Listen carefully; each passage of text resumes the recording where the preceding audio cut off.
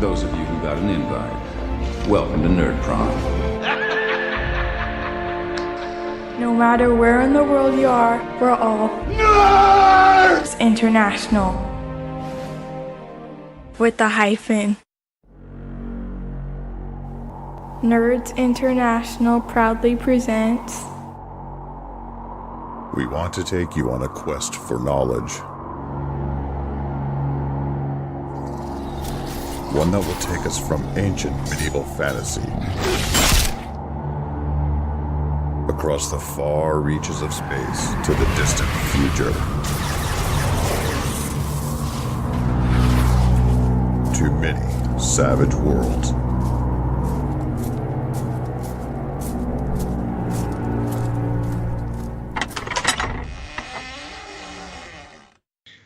So welcome to this review episode of the Wild Eye Podcast.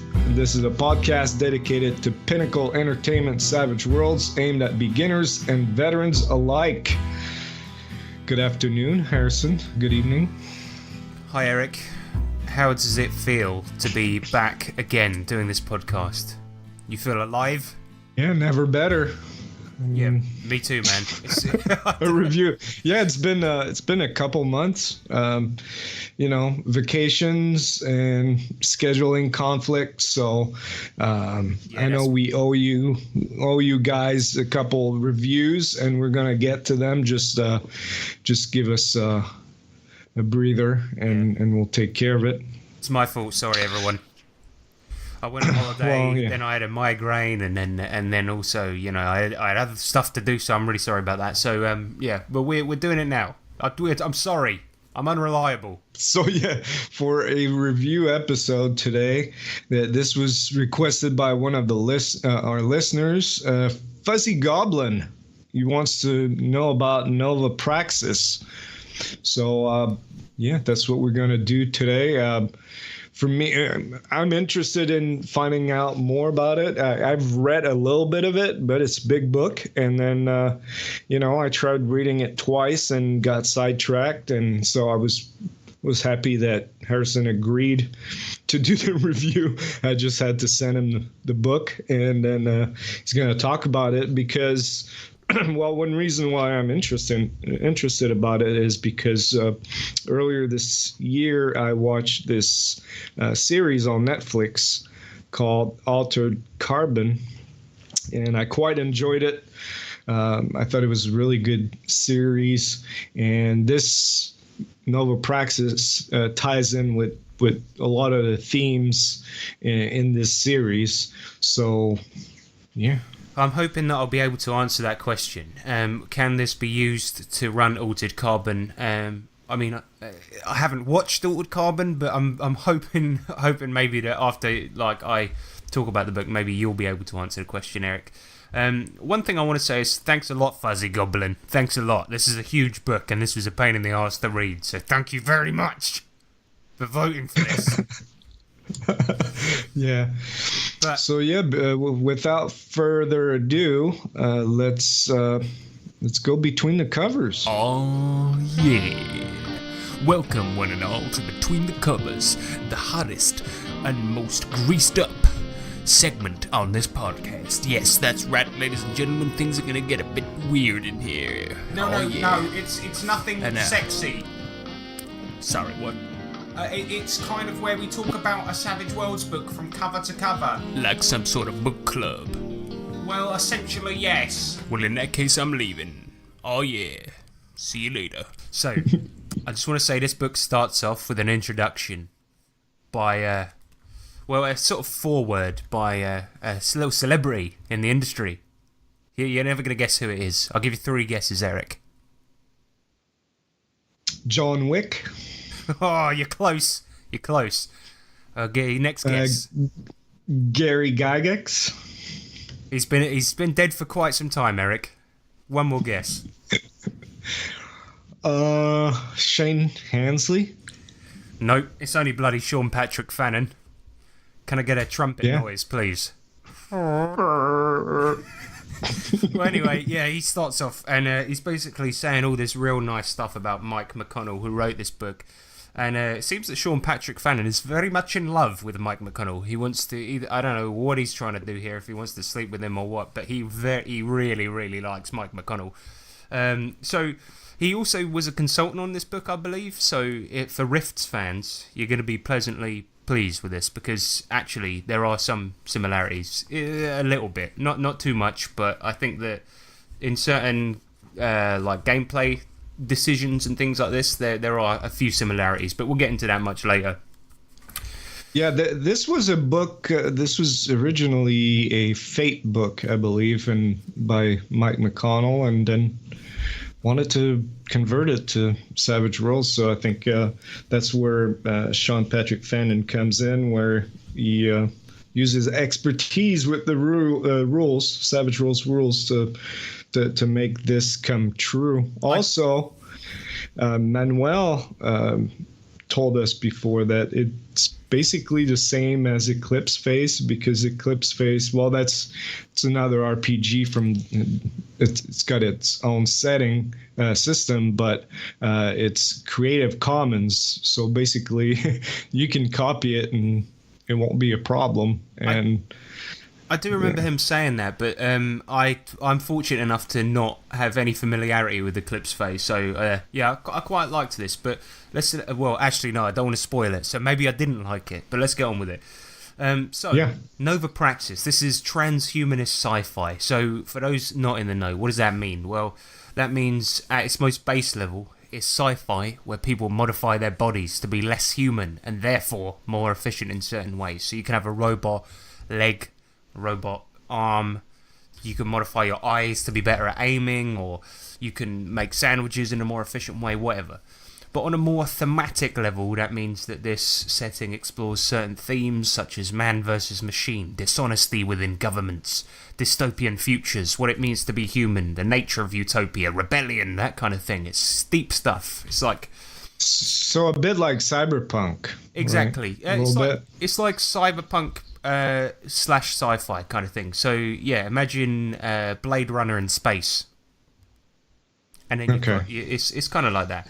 So a bit of background into the setting. Basically, it's the future on Earth, and things are pretty futuristic. People are already modding themselves left, right, and centre.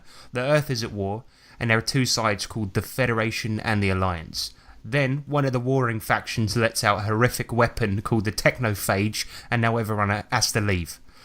So, humanity colonises all the planets in our solar system, plus a few other planets outside of it, which they call exoplanets, because it's the future. And luckily, some kind megacorporations were already well on their way exploring up there and buying up land. So, fed up with the old government for nearly wiping out humanity, 6 major corporations were elected to be the new government. And this galactic government, made up of 6 houses, is called the Coalition. So these kind houses gave everyone a minimum standard of living from birth for the low price of a life of servitude. Although it must be said, the living standard is really high and isn't referred to as a utopia for no reason. One of the reasons it's so high is because of the wealth of technology owned by humanity, owing to something called the Mimir. And this Mimir thingy is basically an AI that was capable of thinking at 10,000 times the speed of a normal human being. And exactly, it's really good. It's like, you know, your computer, right? It's like that, but better. Mm-hmm. So, it produced some of the most unfathomably amazing technology ever seen, and did it so fast, catapulting humanity hundreds and hundreds of years forwards in terms of technological process. Like, so you had like iPads, but like, well, good iPads, you know. See, I'm good at metaphors, Eric. Yeah, I can imagine. Toasters, you know, you get like toasters with 4 slots in it. Now you had ones with like 5 slots. That's a giant leap for humanity. Well, it is. Come on, keep up. Right, so this birth of the AI and massive advancement in tech was called the Singularity. And the unfortunate thing about this, though, is that AI, called the Mimir, was only actually active for 3 months. And then it just shut down mysteriously, and nobody knows why. So, I don't know. This doesn't really elaborate on that much in the book. But what it gave birth to was, of course, things like new microwaves, mods for your face, and something called Mimir tech.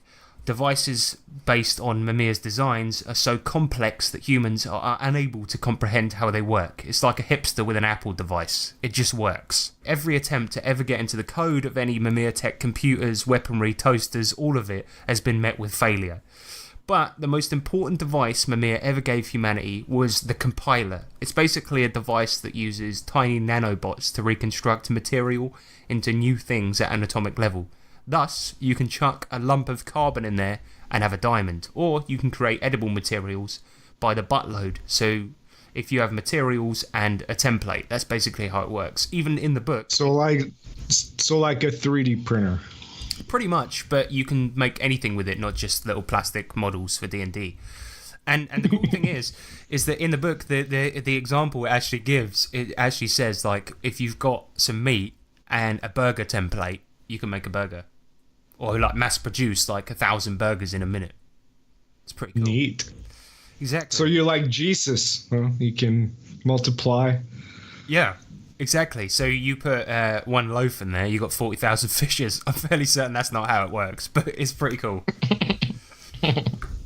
But yeah, basically what this means is like scarcity, pay gaps, food shortages, they basically don't exist anymore. It's like the way the book actually puts it is it's a post-scarcity world. So it's a little bit like how they said things were in like classic Star Trek, except it's not quite as cheesy as that. Except in some sense, like, this scarcity and things do exist because human beings will find a way to trade for stuff. And in Nova Praxis, this setting, you trade based on your reputation.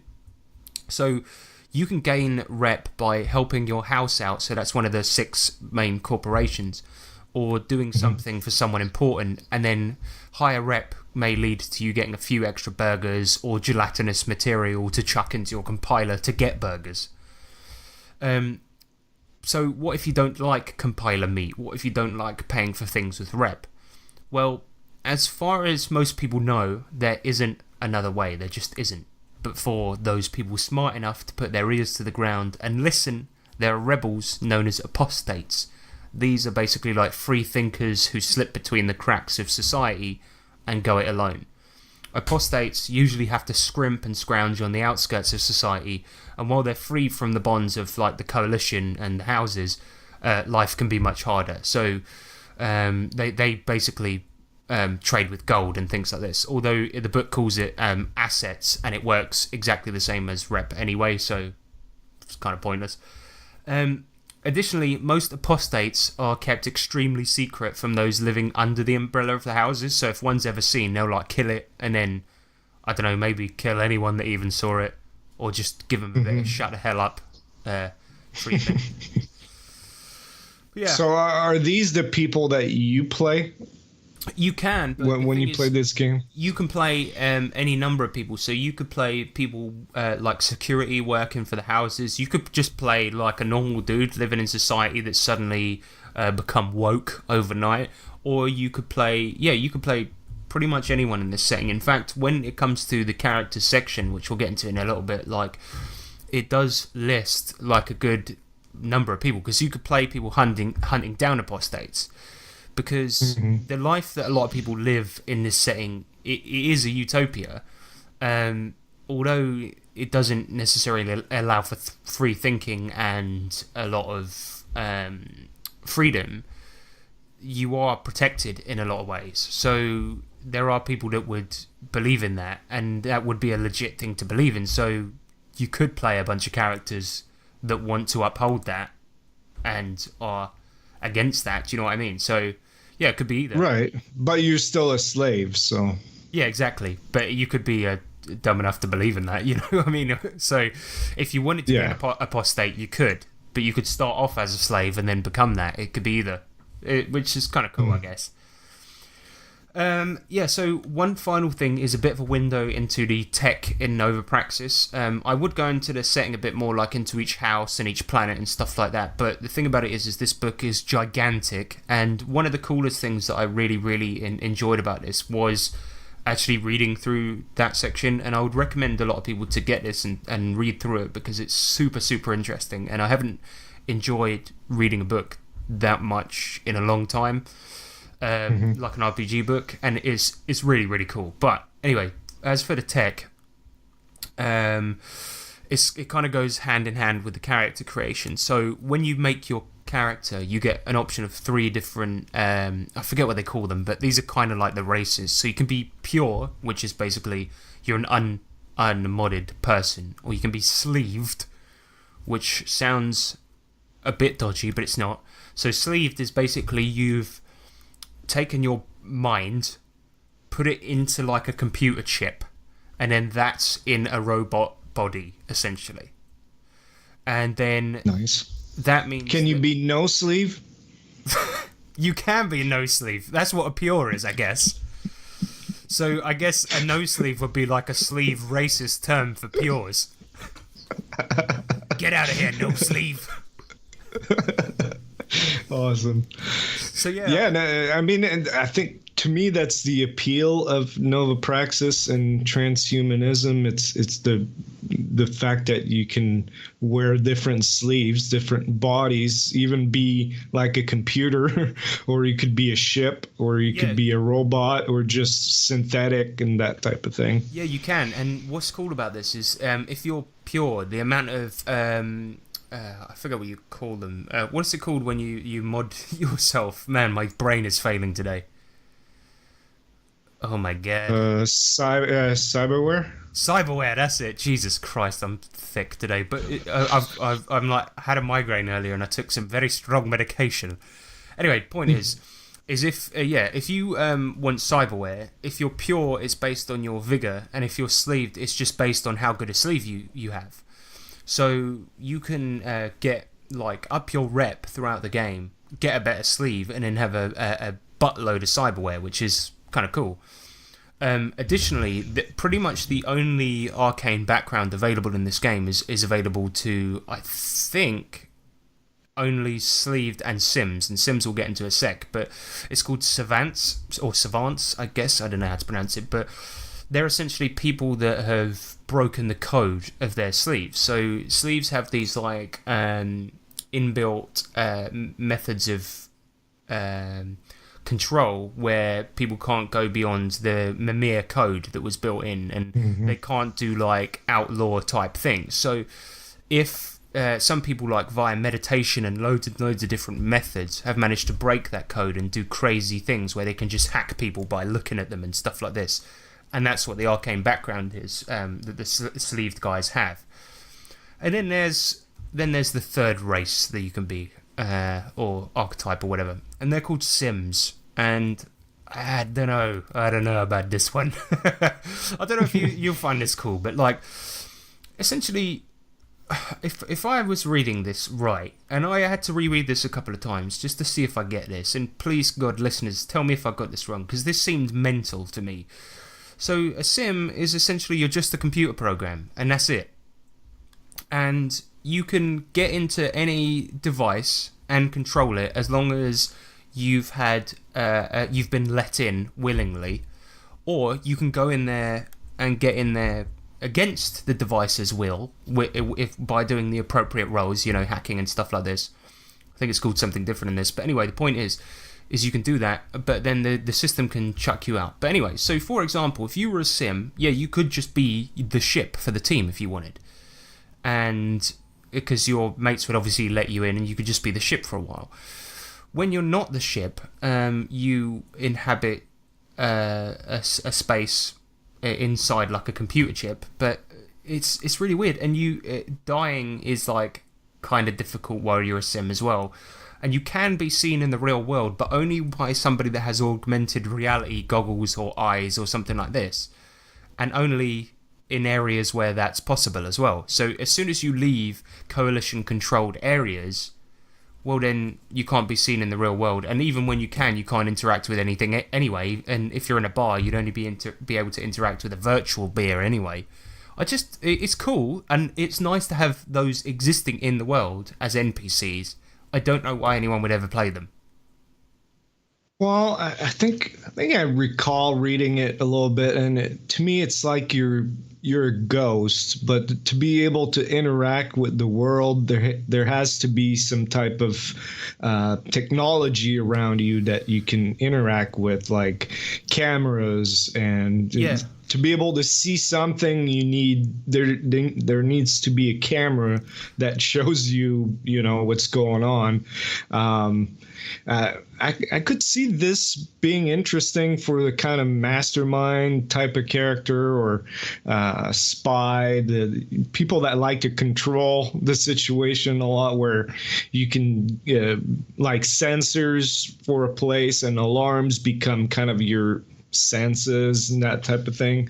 But yeah, I understand that it's a bit far out, man. Yeah, Like but mazes and monsters. exactly. But they even call it, they call it ghosting in the game, like, and it's, I see what you mean, and you would play it in that kind of way, but I don't know, it just seems a bit. Do you think it would be game breaking a little bit? It might be. Only not game breaking, but it'd be kind of to an extent, because I feel like it would get a bit tiresome. The sim constantly asking, "Is there a camera there? Is there a TV there? Or whatever." No, but there's going to be technology everywhere, isn't there? There's always going to be something for them to inhabit. Right. But I think that it would just get kind of boring having to write in something for them to inhabit, because with the pures and the no sleeves, you're always going to have a chair for them to sit on. Do you know what I mean? Whereas the Sims always going to want to appear with their face on something or something like this, so that they can sit with the party. And if the party don't all have AR goggles, they're going to be like, "Is there a TV there I can appear on so I can talk to everyone?" Yeah. To me, I think it'd be mostly for the GM. That'd be something you'd have to develop a reflex for, to always think about that. How you build your scenarios and all that kind of stuff. That'd be kind of, tiresome for the GM. I would think. Almost certainly, and I think that maybe if a party had one in their team, they would probably carry around a laptop and keep them on there for the most part. I don't know, maybe. I'm not sure. Yeah. I think it's a nice idea, and I'm glad they exist in that world, as they say. But it's just bizarre. It's interesting, but yeah. So guns. Let's talk about guns. We like settings with guns, do we not? Well, yeah. I don't, because I don't like violence. So anyway, in this setting, you got there's quite a few. So the sort of guns by their category, you got rail and coil guns, which are like they're these guns that are accelerated by magnets, and they go incredibly fast, and they're really powerful, and they actually come in like hand sized as well. They've got particle acceleration guns, which are called pack guns, and they've got melee and explosives. And the way it justifies the melee weapons being in the game is that sometimes you'll be fighting on a ship in close quarters, and guns aren't necessarily a viable option. So yeah, it makes sense to me. The particle acceleration guns, I believe they also require an atmosphere to be able to fire as well, which is kind of cool. All of these things are kind of powerful too, but there is one thing, is that all of them you need a license to purchase them. So let me just find this stupid thing. I've forgotten it. I do apologise. Yeah, so the guns. Yeah, you got things like they have pistols, and they actually have like a rail pistol. So you can have a rail gun the size of a pistol, and that does 2d6 plus 1, which is pretty standard. But you can have a heavy particle acceleration pistol, which is 2d10 damage for a pistol. For a goddamn pistol. So yeah, that is. Now, what about armor? Is it balanced by armor, or it's just deadly in this setting? No, it is balanced by armor a little, but so the armor that you can get in this game, you've got powered armor and regular armor. So the armor does, like, let's say for example, assault armor, which costs 5 rep, which is to be fair, a fair amount, will give you 8 armor. But the powered armor can go up to, for the heavy armor, 12 armor. but then each armor, the powered armor at least, and some of the regular armor has slots for mods on it, so you can modify it using different stuff. But every single thing, like guns, power armor, stuff like this, you have to have a license for it, and to have a license, you need to take their licensed edge, and using that edge, you can then basically get this stuff. But one thing the book does say is that if you don't have, even with a license, if you go to, like, let's say like a military base and buy up too much stuff, people will get suspicious and investigate you. If you go in there get like a personal pistol for defense reasons, the only thing is I did find that a bit dubious, because for a place that's supposed to have almost no fighting, if you've got a pistol for defense reasons, why even? But anyway, point is, yeah, power armor is really, really cool. So you have, this powered heavy assault armor. It comes with a standard PPC Alpha, don't know what that means, alternate reality display device, combat awareness suite, short range, DO, don't know what that means, vacuum sealed and shielded air pack. Offers full coverage. It has 12 armor. You can put 12 mods on it. And they each have their own pace as well, which is actually awesome. But you can see what I mean, where this is very, very Rifts. Do you know what I mean? Well, yeah, I mean, this becomes... this is really military grade stuff, isn't it? I mean, you're not going to walk around the street with that on, right? Well, to put it in perspective, that costs 10 rep, and the highest rep possible is 11, basically. So they're in this game as well. You've got vehicles, which you can get walkers, spaceships, motorbikes, tanks, etc. And one of the things that I sadly noticed about this was that all of them is very similar. Use the regular vehicle rules from Savage Worlds, but obviously it's got loads of new walkers and spaceships and things like this that are not in the Sci-Fi Companion. But all of the mods that you can do to them. I was reading it and I was like, oh, cool, what's a firewall? That sounds cool. And then I was trying to find it in the book and I was like, where the hell was that? And then I was like, requires Sci-Fi Companion. What about this mod? Requires Sci-Fi Companion.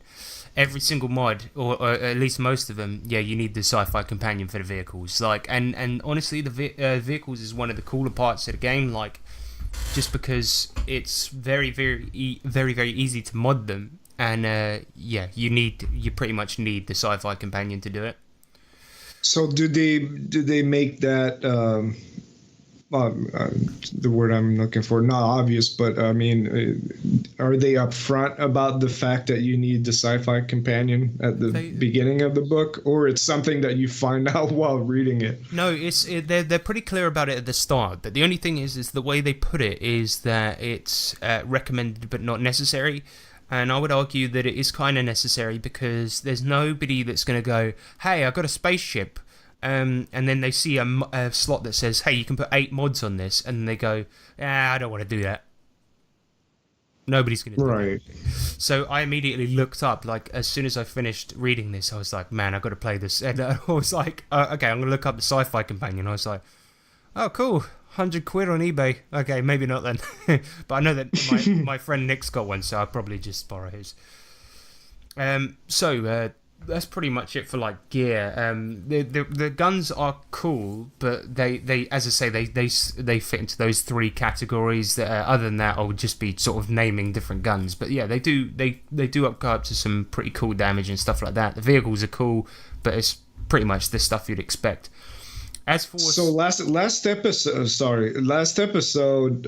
we were talking about Interface Zero a little bit, and Cyberpunk, the tropes where there's a lot of gadgets with gear that can really mess the game up for the GM. Does that book, the gear section, has a lot of like little gadgets that make you almost like a superhero type of guy? See, it's very, very similar here. So, as I mentioned, this has augmentations, right? If you've ever played Shadowrun, the augmentations are going to be very familiar. And it's always going to be the same kind of thing. You know where, like, a player will... yeah, a lot of people have said in the past that in Savage Worlds they'll have their boss come up and then the player will suddenly be like, I shoot him in the head, and they roll amazingly, and then they shoot this guy and they kill him in one. Well, this will certainly conflate that issue, because you've got things. It's all the stuff from Shadowrun. You've got the cyber eyes, you've got the claws, the retractable claws, so every motherfucker looks like Wolverine suddenly. You've got all of that stuff. You've got the subdermal armor. Do you know what I mean? It's all the same stuff you'd be familiar with. It's not anything groundbreaking, to be perfectly honest. You know, you've got all that stuff that heals you. So yeah, honestly, with regards to like gadgetry, there wasn't anything that jumped out at me, but it was more like all the cyberware and stuff. It's going to make you more better at hitting people. Yeah, but it's all the stuff that you would recognize from Shadowrun, like exactly. So does the cyberware work like it does in the Sci-Fi Companion, or they've got a new system? If I'm being honest, I haven't read the Sci-Fi Companion, but in this, essentially, based on either your vigor or your sleeve, you just have an amount of mods you can get, and it's like AP basically. So each cyberware has like a cost associated with it. So for example, Smuggler's Compartment, that's a famous one from Shadowrun, right? Where you have like a little compartment in your leg. Mm-hmm. So that costs 1. So let's say, for example, you have a sleeve that has 4 slots in it. That's 1 slot. And then there's one called Sonar Reception Array. That's another one that's right next to it. So your body sleeve is outfitted with a set of tiny sensors along the face and down the sides of the neck. These sensors analyze sound and compile data before sending it to the brain's visual cortex, blah, blah, blah. So you're like a bat. Exactly. So you can ignore darkness and smoke, and that costs 2. So that's essentially it. So you got like each one just costs an amount of points, and you can't go above that. Oh, okay. Yeah, I think it's pretty similar to the way it works in the Sci-Fi Companion. I think it's made intentionally like that so it can work well together with it. Yeah, it's called Strain, I think, in the Sci-Fi Companion. But let me tell you about the setting rules, Eric. I think you're going to like this, because there aren't many, but there is one that I sent you the other day, and we need to talk about this because it is hellish. But okay, so we got blood and guts, critical failures, and gritty damage, which I like to call shitty damage. But nonetheless, the big one is rep and assets. So the way this works, essentially, you've got rep in this game, right? And it's a big thing. So somebody can come up to you in the game, and you can do this to other people as well. So if you've got a reputation, it goes from 1 to 11, right? And it goes to 11 because if you're really cool, you go above 10. I think that's why it is. Anyway, it's like Spinal Tap. Exactly. If someone is that cool, you don't even point at them. You don't even look at them. So essentially, if you have some rep, you could go up to somebody and you can give them either a hit or a bump, and that costs you 1 of your rep, and then they either go up or down 1 rep. Kind of like that episode of Black Mirror where they keep on rating people. Yeah. A little bit like that. Social media and all that. Yeah, I remember. Yeah, and in addition to that, you can gain marks. So somebody can give you've got like this little circle, I believe it would be on the character sheet or something like this.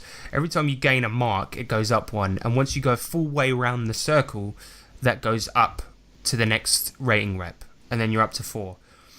Now, the way it works, I'm sure people will be familiar with this from other settings, but the way it works, if you want to buy something, if something's below the rep rating, so let's say, for instance, you've got a rep of 5 and the thing is a value rating of 4, you just have it. You can just have the thing. If it's above it, and I think I may be getting this wrong because this seems kind of dumb, but like if it's above the rating, right, then it says here that you roll for it and then you just have it anyway. It doesn't matter what the dice roll comes up as, but you roll for it, and the roll is dependent on your rep rating. So for example, if you have a 1, your roll is d4 minus 3. If you have an 11, it's d10 plus 1. But anyway, you roll for it and then you just have it, and then you lose rep equal to the difference between the cost of the thing and your rep and the roll. Oh, and the roll. Okay. So, wow. Okay. But here's the dizzle, right? So what is going to happen a lot of times, I think, is players like, I mean, this is a setting for I think it's an intelligence setting, right?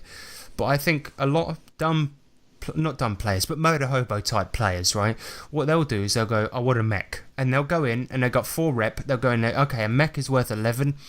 Screw it, I'll take the rep hit. I got the mech now, and then they just storm the bad guy, kill him, and then they just threaten him, go, give me all your rep, and then it'll just go bump, bump, bump, give them the rep, and then they'll wait for it to kick in and then kill him.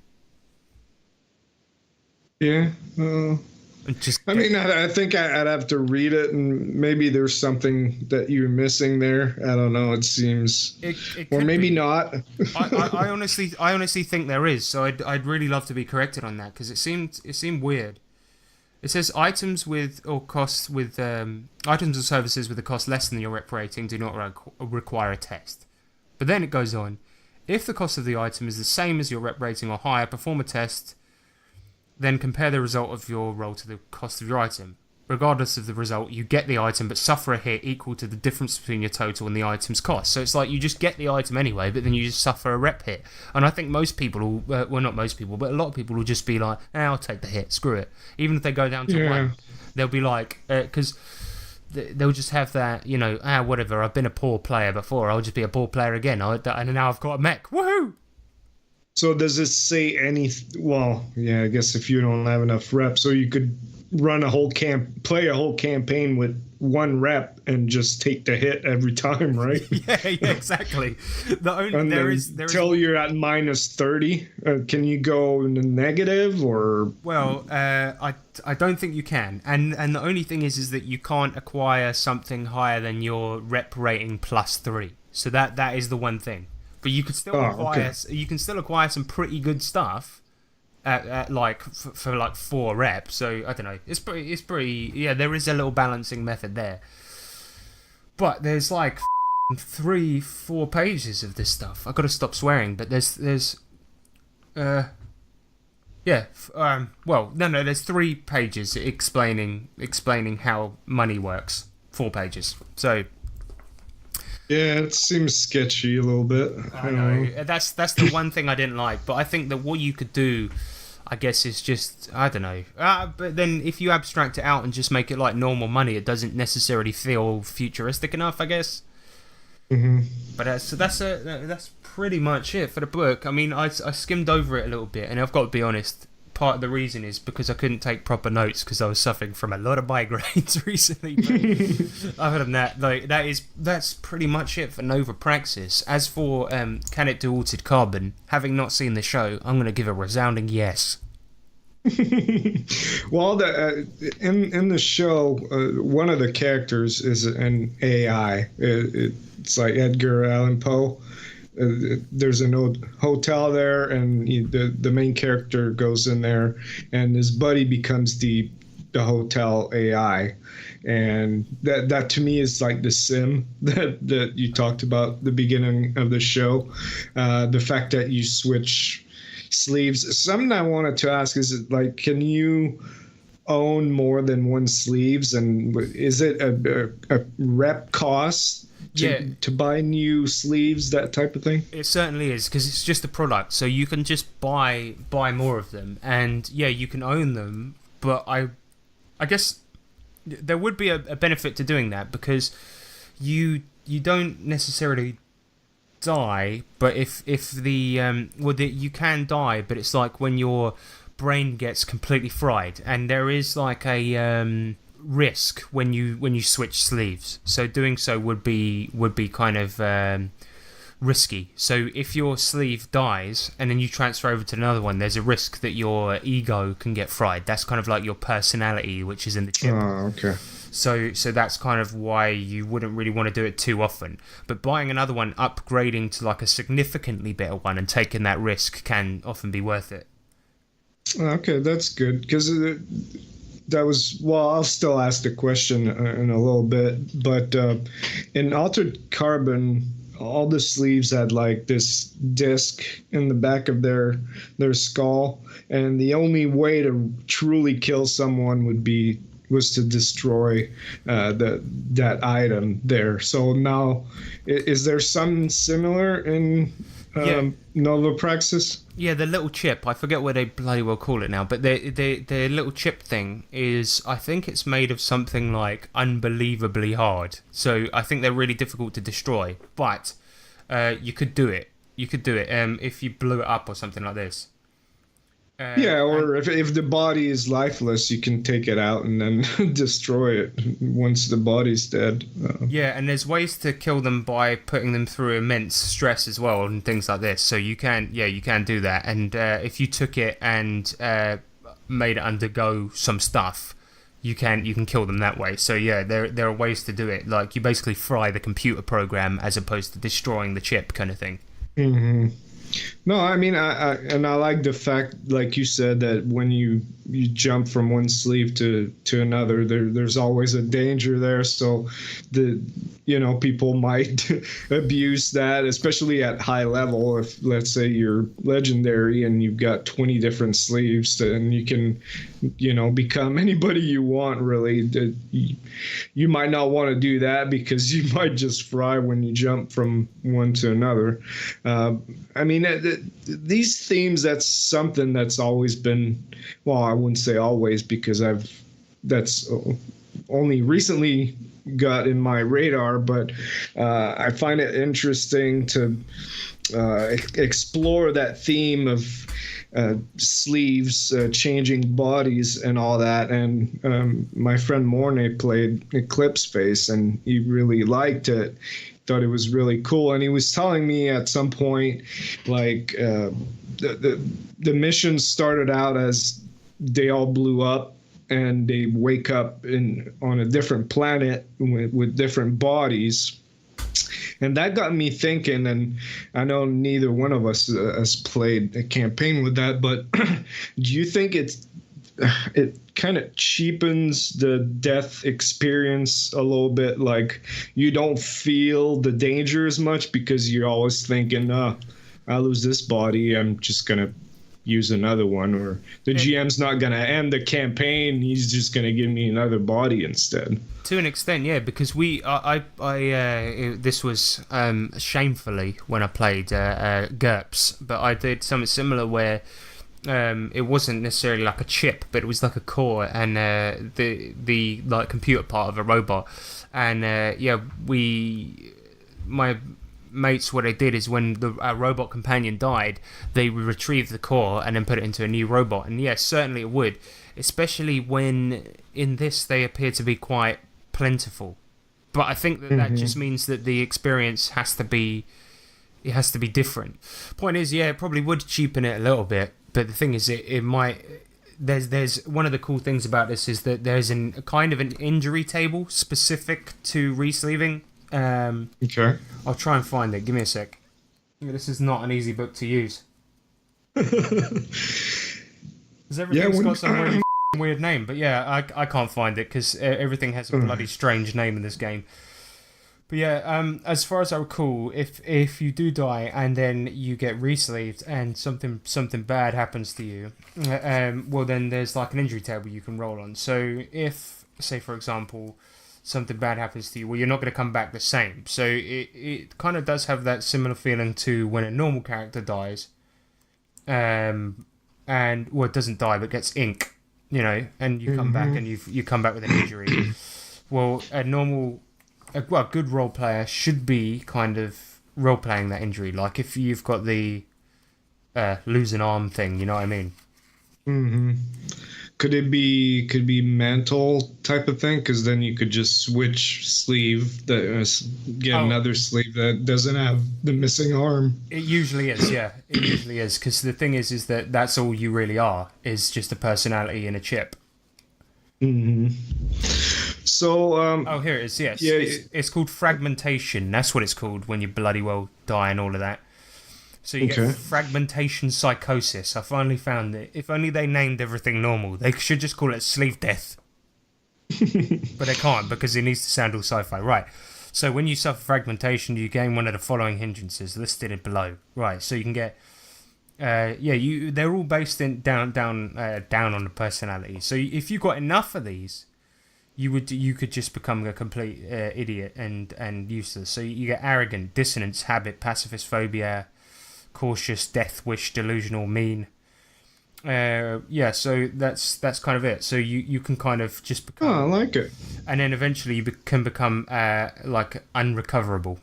So yeah. You're a babbling idiot. So it's a bit like Call of Cthulhu in a way. You descend into madness. If you die too often, then you're not going to be useful at all, even in a new sleep.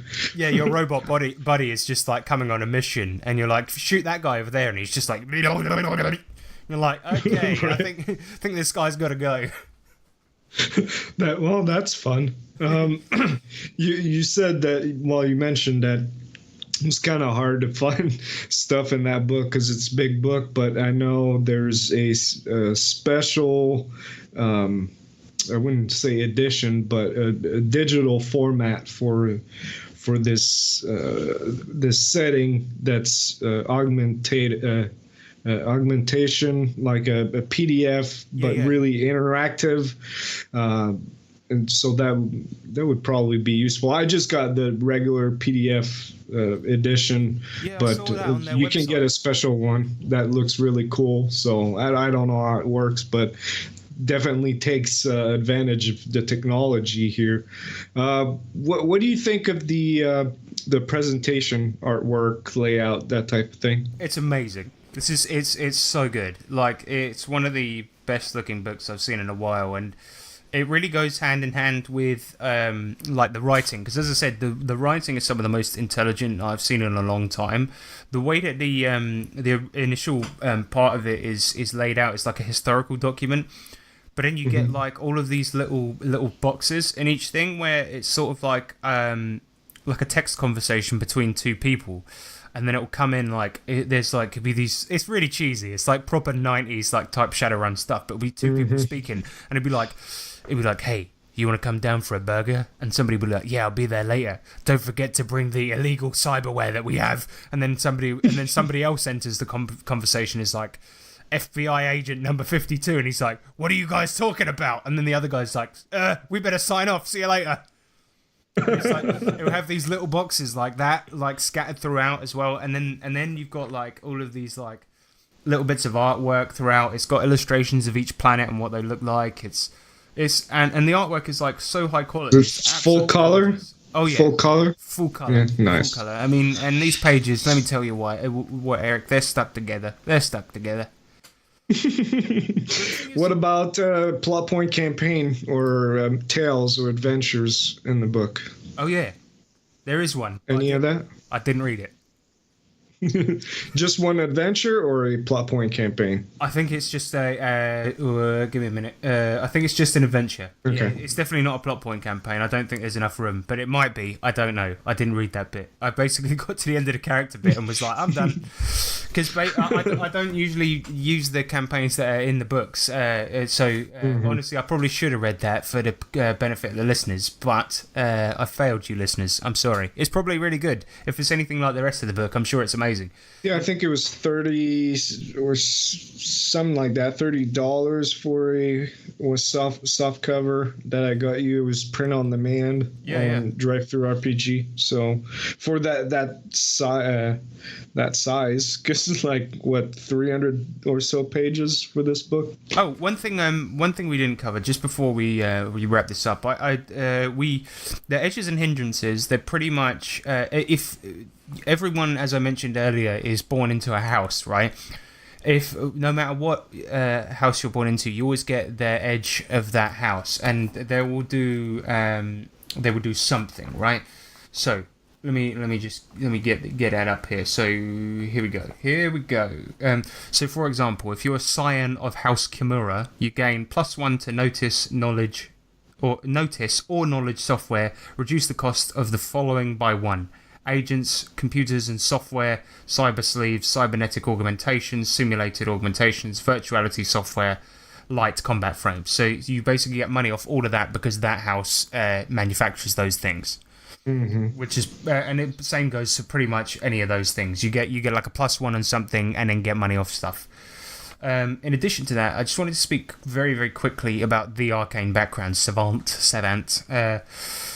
Because the reason I want to speak about this is because this is kind of cool the way it works. Because, as I said, these are people that have gone beyond their software as sleeves and things like this. So, some of these spells can be upgraded later on, whereas you level up and stuff. But most of this stuff, you'll probably notice, they're very similar to Savage Worlds core spells, but they've been kind of trapped for you and had all of the stuff done for you. So it's there's one, for example, called Access Memory. So when you run this program, you are able to hack into another person's mnemonic core, which is basically what that chip is called.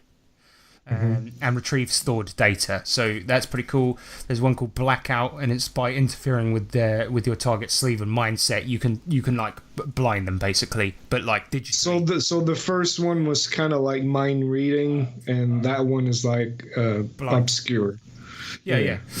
So exactly, and a lot of these are kind of like that. There's even one that's like Puppet, where it's all to do with other slaves, people, and computers and things like this, but it's basically like a hacking wizard. Nice. So basically, yeah, you can play a character like that, but are there any other cool type of archetypes to play? No, none. Besides that, no. You just make it up, basically. You're an employee.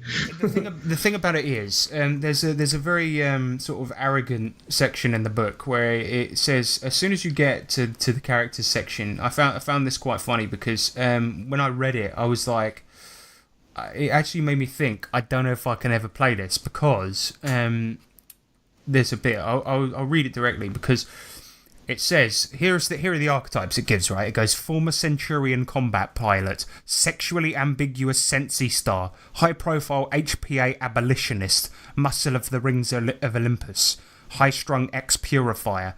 And it says, if few or none of the above make any sense, it's best to examine the setting material some more. And I was like, I know my players aren't going to read this. So the thing is, if they can't make sense of any of that, but it kind of makes sense.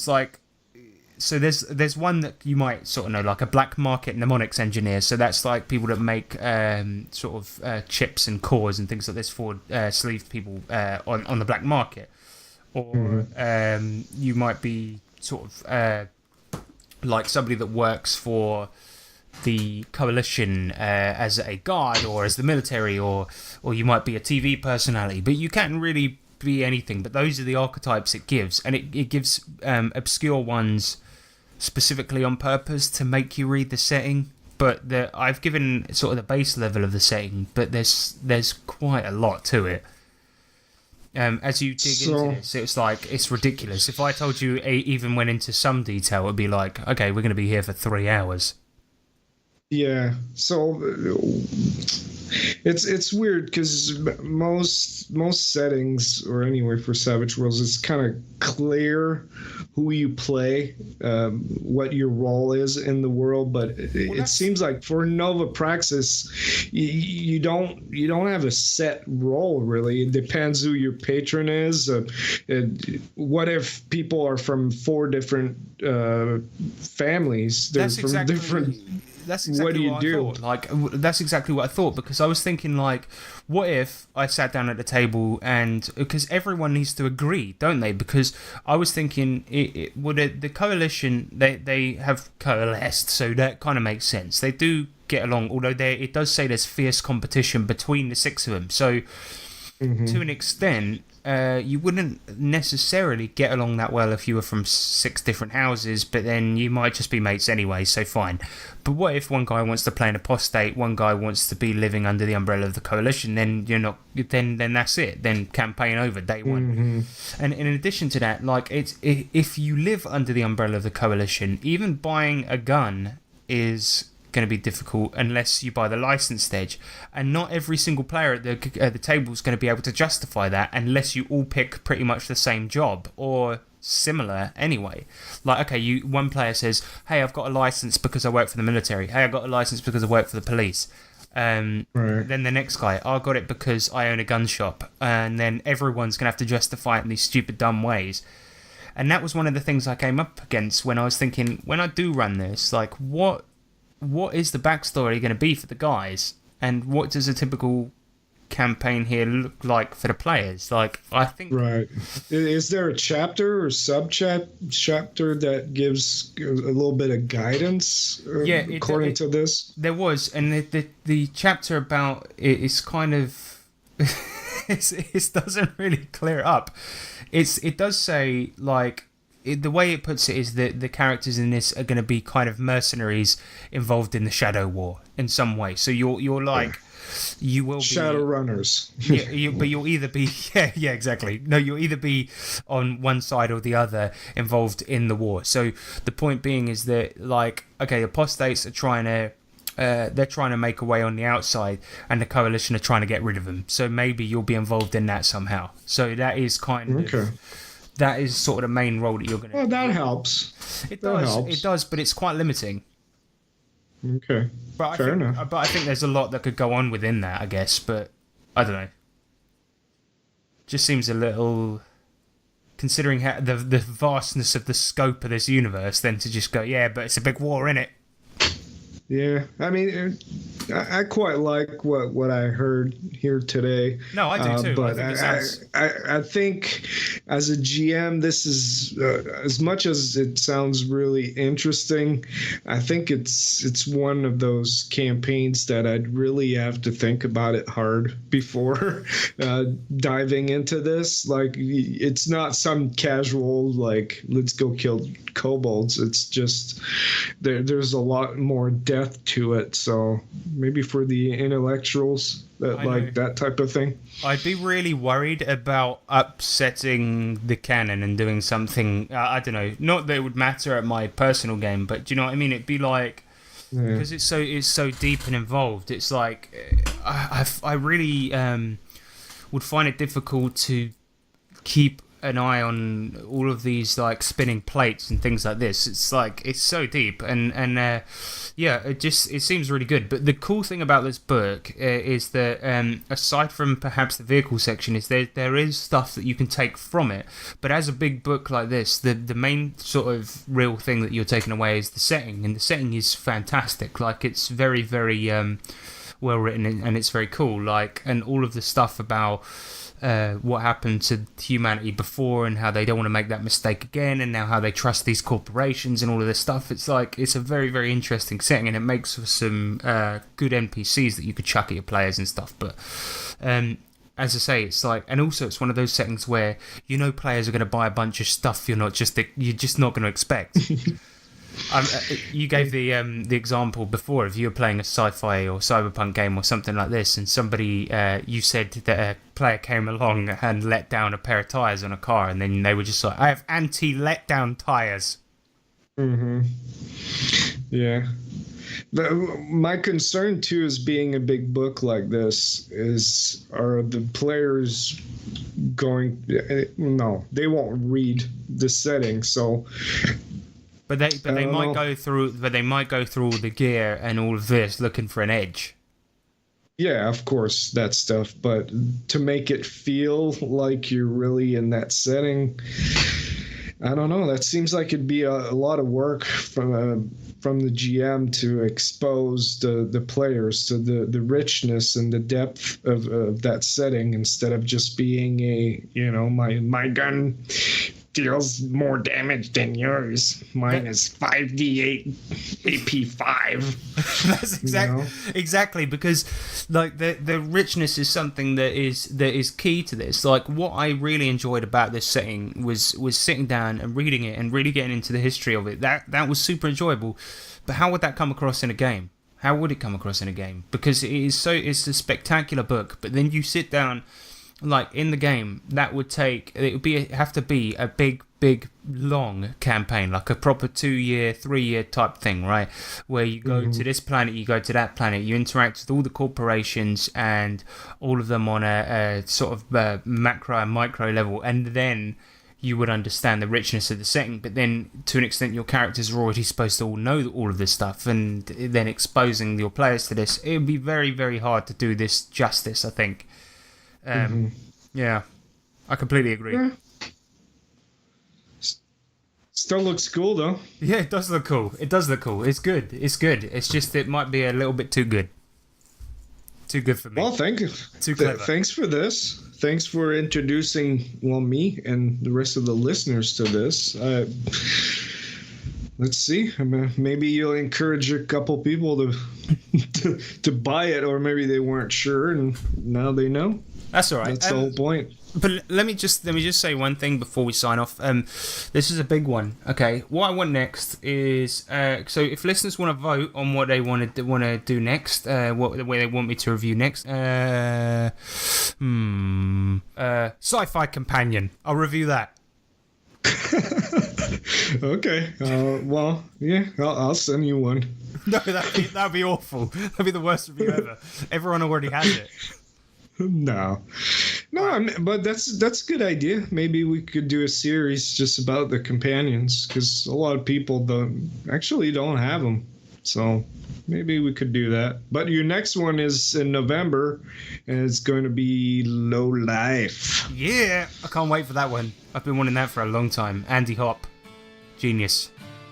Right. Yeah, we're gonna get that. So yeah, cheers, everybody. Thanks for listening.